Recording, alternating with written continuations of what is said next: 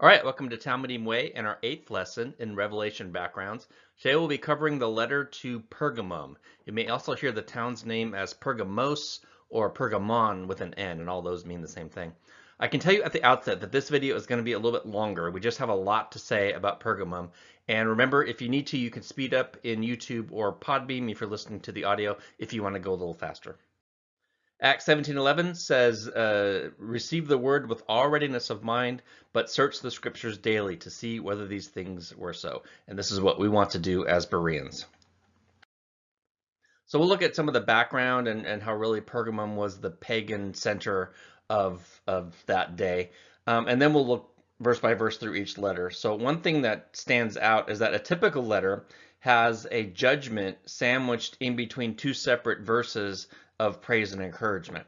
We might say that Pergamum's letter is open-faced. They have the initial praise, they get a judgment, but then we note that there's no closing secondary praise or encouragement. So we get a clue that, maybe while they're not as dire as Sardis and Laodicea, and those two cities get zero praise, we do get the sense that something is quite wrong at Pergamum. We're going to spend some time on the references, so where Satan dwells, Antipas, Nicolaitans, hidden manna, and the white stone. We don't know exactly what those are referring to, but that doesn't stop us from guessing and making speculations. What is not a cryptic reference, though, is the story of Balaam and Balak, and we'll spend some time getting into that in the book of Numbers. To the angel of the Messianic community in Pergamum write, here is the message from the one who has a sharp double-edged sword. I know where you are living, there where the adversary's throne is. Yet you are holding on to my name. You did not deny trusting me, even at the time when my faithful witness Antipas was put to death in your town, there where the adversary lives. Nevertheless, I have a few things against you. You have some people who hold to the teaching of Balaam, who taught Balak to set a trap for the people of Israel, so that they would eat food sacrificed to idols and commit sexual sin. Likewise, you too also have people who hold to the teaching of the Nicolaitans. Therefore, turn from these sins. Otherwise, I will come to you very soon and make war against them with the sword of my mouth. Those who have ears, let them hear what the Spirit is saying to the Messianic communities. To him winning the victory, I will give some of the hidden manna.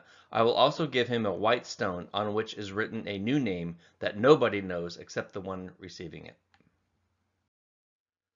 So I want to set the theme for this letter, and I'll try to do this for the next 3 letters as well. This way we can see how all of the history and all the context that we're about to dive into relates to how we can apply these verses to our lives. So Wayne Stiles in his video series says, today there's a false god for anything and everything, and they offer immediate satisfaction, but they are not the truth. So we'll get into the fact that the people of Pergamum and the believers of Pergamum were surrounded every turn by false worship centers and false gods.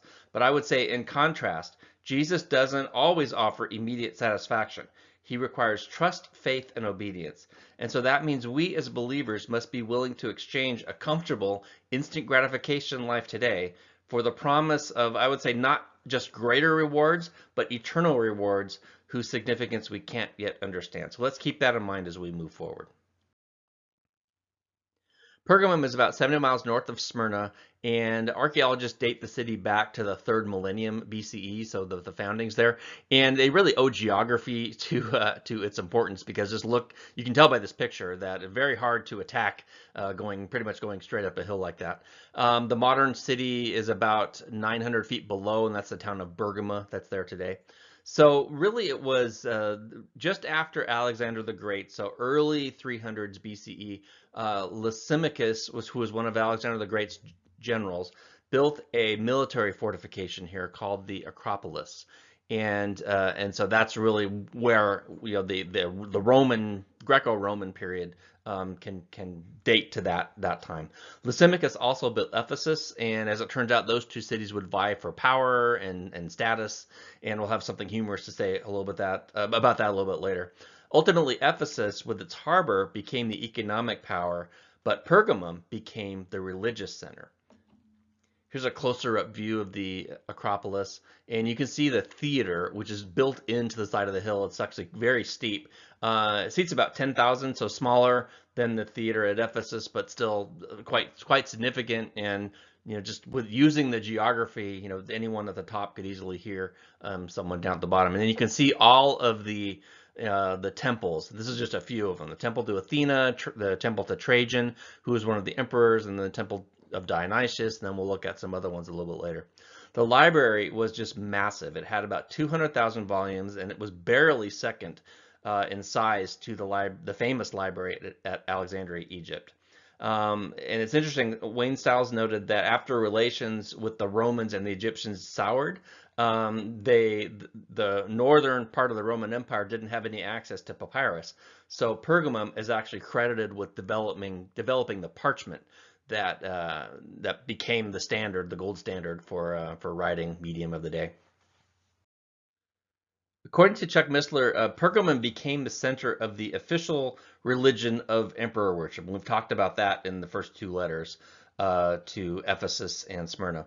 The first temple was erected here at Pergamus in 27 before the Common Era, and that's according to Missler. Chuck also traces several pagan myths that were founded in Babylon, eventually transferred to Pergamum during the Greek period, and then they eventually made their way to Rome during the Roman period. And some of these are actually present in the church today, and we'll talk about a few of those a little bit later on. As was common to all 7 cities, numerous pagan statues, shrines, and temples were all built in homage to the Roman Imperial Cult. And so, as we've discussed previously, this really put the Gentile believers in a difficult position. Emperor worship was compulsory unless you were Jewish. So ethnically Jewish people had a special exemption, but Gentiles did not. So although not stated explicitly, just by the tone of the letter to Pergamum, we can speculate that there were many who just sort of went through the motions of emperor worship. They just played along, played the game, but didn't really believe in their hearts, at least not fully. We can compare that with Smyrna, where the tone of that letter, we can appear that no one did that. Now, Jewish believers and non-believers were still in an uncomfortable position, of course. The Torah prohibits graven images. So the one you see on this coin, all of the statues around town were foreign. They just weren't supposed to have animals or people put an image like that to be in their view worshipped. And so we can assume that many probably simply got used to it. In other words, that they compromised. And that's a key theme of this letter. Is compromising, lowering your standards to just go along to get along kind of thing. Now, the truly devout, though, would have continued to have been bothered by this. And so at all times, they would have felt like they were just not in the right place, right? They were kind of outcast, just didn't fit in. And so as we talked about in the Smyrna lesson, you don't have to be physically beaten to feel beaten down. De Silva, in his commentary, noted antagonism towards the Christian movement appears to have been particularly high in Pergamum, resulting in the murder, whether the result of official proceedings or back alley action, of a Christian named Antipas. And this just was the way of life for believers in the Roman Empire. So there are several candidates for what Jesus might have been referring to when he said where Satan has his throne. And so this is a picture of the great altar of Zeus. And Zeus is believed to be the chief of the Greek gods, so the numero uno, number one.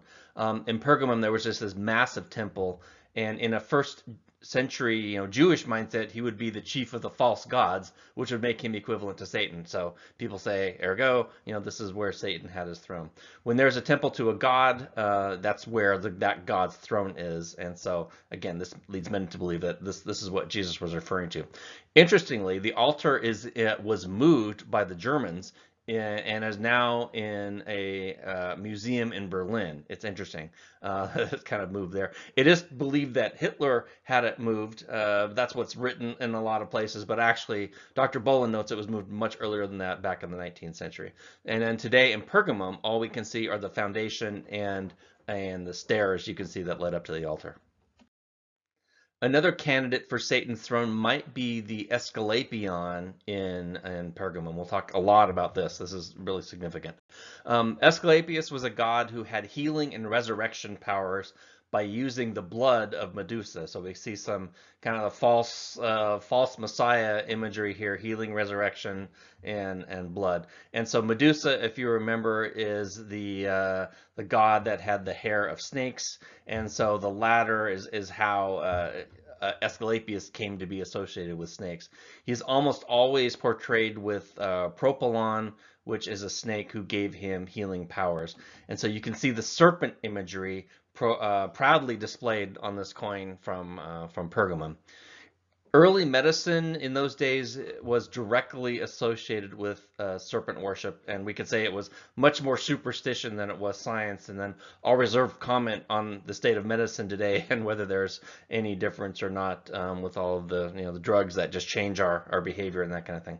But one thing that hasn't changed is the serpent symbolism. So if you look at the modern logo of the American Medical Association or really any health-related, whether it's the Army Health Corps or the hospital, Blue Cross Insurance, I think, has this. So the snake symbolism just is abound, and it runs throughout our healthcare system. And but that was my former life, was to be in healthcare, and it's kind of weird when you think about the origins of this pagan process, and then how that symbolism remains today. And so the saying goes, maybe symbolism will be their downfall. So the serpent on the pole likely is a corruption of Numbers 21, and this references a time when they're in the wilderness where the people of Israel just had a lack of faith. They said, "You brought us out here to die." God wasn't happy with that and sent a plague of snakes to bite the people, and as a result, many died. Now those who survived then went to Moses saying, "We're sorry, please stop, please get rid of these snakes." And next is something very, very odd. God tells Moses to do something that's just weird. We have to call it weird. Numbers 21 verse 8, and the Lord said to Moses, "Make a serpent out of bronze, set it on a pole, and everyone who is bitten when he sees it shall live." Moses complied, and the people got relief that way. Now in Hebrew, there's a deliberate play on words, as the words for snake and brass are actually linguistically connected. So Nachash, Nechoshet would be the term for make a serpent out of brass. And we know brass is a symbol of judgment, and in this case the snakes were a judgment. And of course in the Garden of Eden, the snake brought on the judgment. So this photo was taken in atop the traditional place where Moses is thought to have died on Mount Nebo in modern Jordan today. I'll have a picture of that a little bit later on.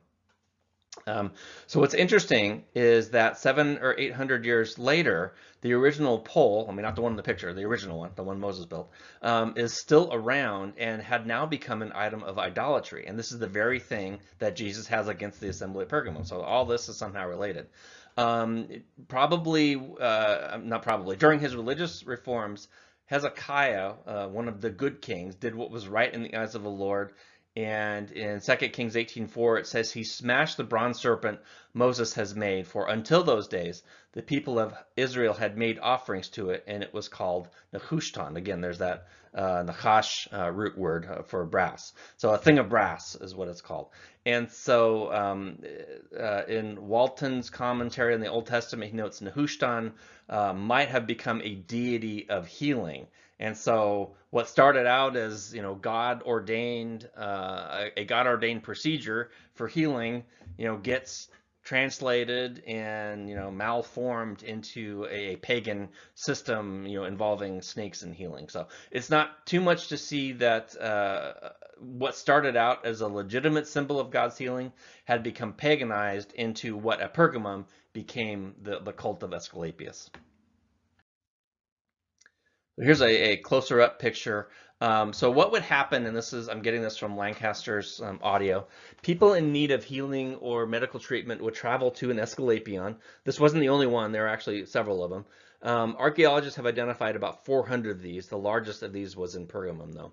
The Escalapion was a large complex with healing chambers, sacred pools for mud baths, a library, there's a theater, because just all of that. So it was really more like a spa than what we might think of as a hospital. Now what was interesting, it was believed that a combination of worship of Asclepius, sedative or hallucinogenic drug use, and snakes would bring about healing. So again, very superstitious.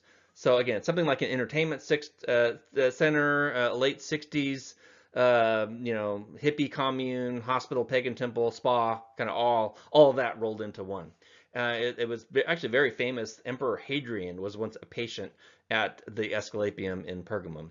And so Lancaster reports that patients were given a drug. They would walk down this dark tunnel that you see here. It's 86 yards long, and they would hear voices. You see the holes above. Those were for oxygen and ventilation, but also healing priests would stand above and shout down into, so that the patient, this time hallucinating, thought they were hearing voices and all that kind of thing. And then at the other end, they would, basically be admitted into a bed, and then they would release the snakes, and the snakes would slither over the person, and, the person would divine and be healed. So, kind of creepy, but that's the way it was. Again, this is the most famous one. Biblical scholars and archaeologists believe there was also such a place in Jerusalem, right next to the temple, believe it or not. And so, when we read John chapter 5 and the pools of Bethesda, now scholars tend to think that this was a much smaller Escalapion. And so we realize that it was not an angel of the Lord stirring the waters, but part of this pagan, creepy healing ceremony. John 5 takes on an entirely new level of understanding. And we talk about this in Gospel Backgrounds number 11, if you want to go back and check out that video. So given Satan's association with the serpent from Genesis 3, this makes the Escalapian another strong candidate for where Satan has his throne.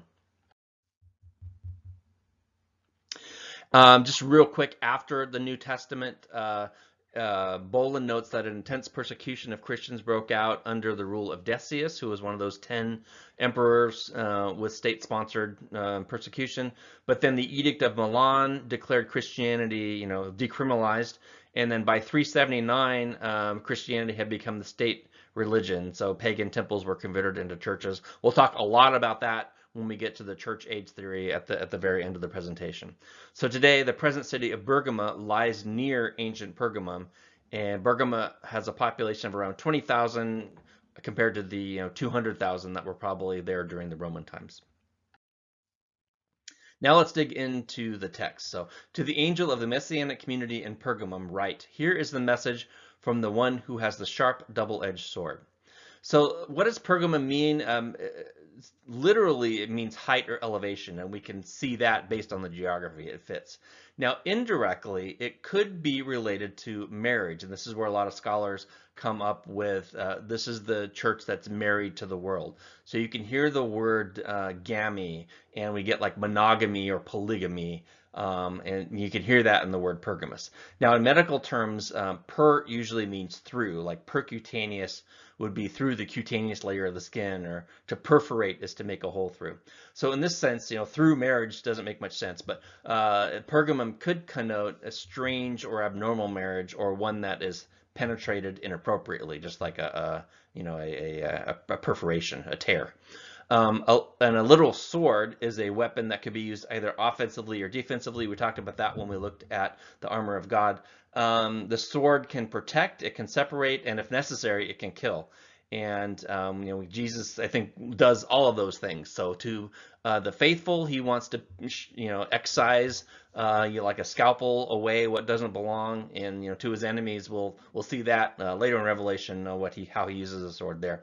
Really, in antiquity and even today, particularly with Islam, the sword is synonymous with the power to execute judgment, and specifically capital punishment. So Jesus' selection of the sword image, in conjunction with the story he's about to recount regarding Antipas, there could be some significance there. So the congregation in Pergamum was undoubtedly in a challenging location where Satan dwells. And so it's no accident, and of course in the Bible there's nothing ever by accident, that Jesus uses the sharp two-edged sword imagery for this particular city. They're in a spiritual battle just as we are today, and the weapons need to be sharpened for use. And since we're in a spiritual warfare too, our weapons need to be sharpened for use as well. So you can see a picture of a sword from antiquity. And I noticed that Jesus describes his sword as sharp. So it's Not just a double-edged sword, it's a sharp double-edged sword. And so if you were a surgeon, I guess I'm on a medical kick today with Pergamus, you wouldn't be a very good one if you tried to operate with a dull scalpel. And I think it's the same way with us. So the sword is a well-established metaphor for the word of God. So we need to ask, how sharp is our sword? And when we read the letter to Ephesus, we looked at the armor of God passage, and there's one point that I need to make, and it kind of relates to this. The time to get fitted for the armor is not when you're in the middle of a fight.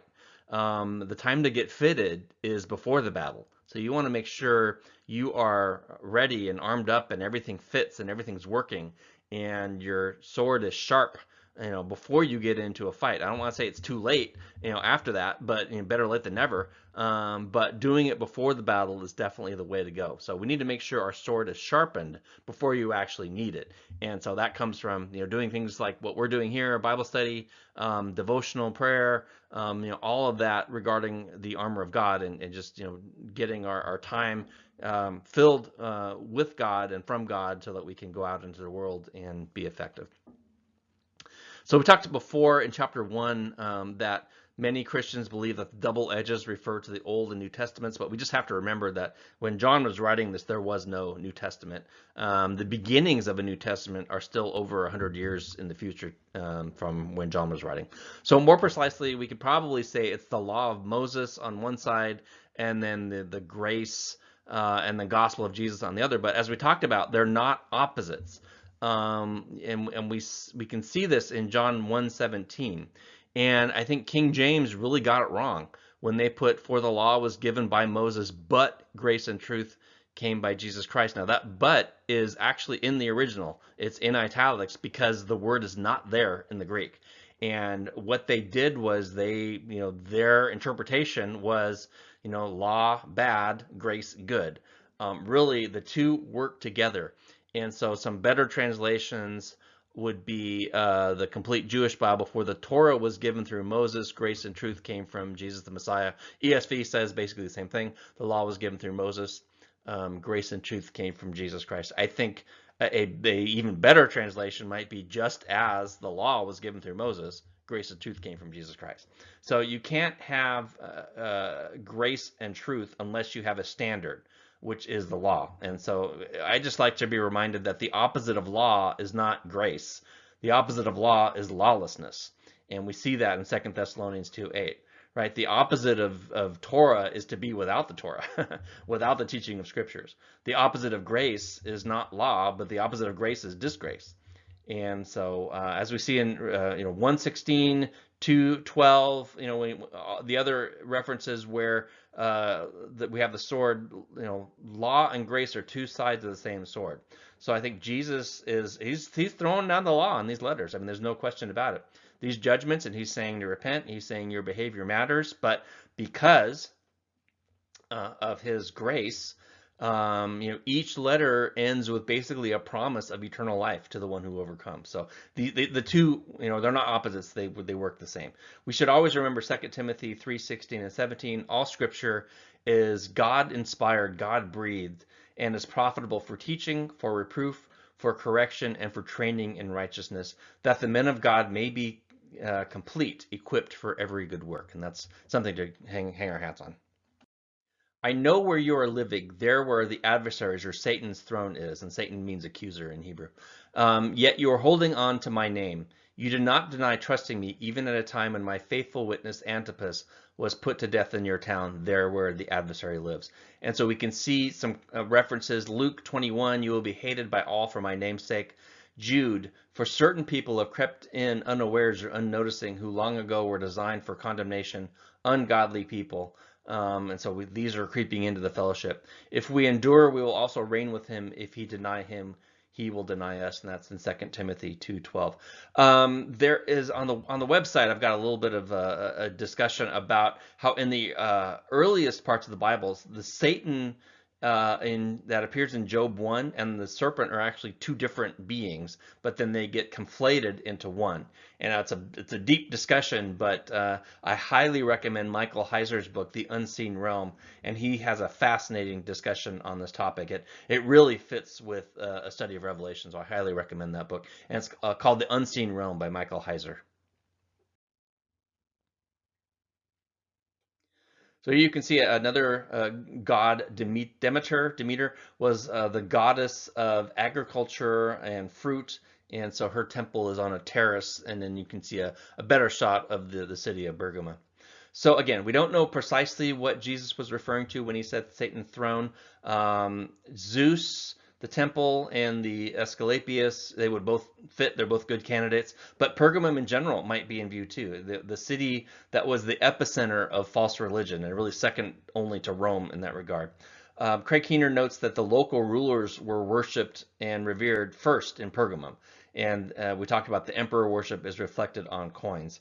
Pergamum was one of the first cities of Asia to build a temple to the Roman emperor, making it a center of the cult. And De Silva notes that the temple of Roma and Augustus in Pergamum is a manifestation of the cult of the beast and its image. So we'll get into that a little bit later in Revelation, but in any case, we can infer that Pergamum was exceedingly wicked. So Jesus could have been just talking about the whole city. And it's interesting that today, I think many of our instinct would be to get away from such a city. And I think it's natural to want to be safe and comfortable. But then, as I was kind of reflecting on that, we as believers have a different calling. Jesus didn't say, leave the town. He said, hold fast. He came to seek and save the lost, and his instructions to us are to make disciples, to make Talmudim from all nations. So we might think about Las Vegas, right? Many believers would say they have no desire to go there. And, if the purpose is to not participate in the sin economy, that's great and probably a good idea. But if we think that God doesn't care or can't love the people caught up in that sin, then we would be wrong, right? Satan is the god of this world, so any town where we live could be said to be where Satan also lives. There's problems everywhere, and we can see Satan's force in each of our cities, and so we all need to be in the game. And kind of going through this reminded me of a story when I was a little kid. I was growing up in a suburb of Los Angeles, and in elementary school in the mid 70s, I remember they have people come by and give assemblies kind of thing. A former baseball player for the LA Dodgers, his name was Maury Wills, and he came to speak at my own elementary school. And he played shortstop, and I don't remember much of what he said. It was a long time ago. But I do remember this. He said there were two kinds of ball players. He said there were those who said, please don't hit the ball to me. And there were those who said, hit the ball to me, hit the ball to me. I know exactly what I'm going to do. And since I was in Little League at the time, that kind of changed my thinking. I was a little kid. But because I had been the former, admittedly, right? I was in right field or whatever saying, oh, please don't hit it to me. I don't want to drop it and make a fool of myself. But really the opposite is hit it to me. I'm confident. I know what to do. And so in a Christian context, what type of Christian are you? What type of Christian am I? We want things to be safe and comfortable. Hit the ball to someone else. Don't hit it to me. But the Bible doesn't promise comfort. So I think some of us, we need to first get in the game, which I think you're probably doing if you're dedicating time to watching this video and doing our Bible studies. But then once we're there, we need to say, I'm in the game, God, hit the ball to me. Meaning bring me put me in a position where I can help and where it can be of service. So I remember that story. So it says you held fast to my name. And so just a reminder that the Hebrew word for name is Shem, and you can see that on the screen there. It doesn't just mean name like your title, but it really talks about, as really a lot of Hebrew words do, the thought implies action. So your character, what are your deeds, what are your works, what's your reputation? If we hold fast to his name, we aren't just paying lip service to being a Christian. We are positively representing him by our conduct, and we're letting everyone know that we're an effective ambassador by holding on to his name. So Antipas was a very prevalent name, particularly in Jewish circles. And here we see a coin from Herod Antipas. Now this was the Herod who beheaded John the Baptist in Mark 6:22. He hunted Jesus during his earthly ministry, Luke 13:31 talks about, flee because Herod's after you. And then Herod Antipas mocked Jesus at one of his trials, and we see that in Luke 23. So this has nothing to do with the Antipas of Revelation, but I just thought, kind of points out the name. And then I also wanted to highlight the difference in the coinage. So you remember the Roman coins had images on them, whereas here we just see a wreath on the head side of the coin and what looks like a palm tree on the tail side. So no graven images on Jewish coins at all.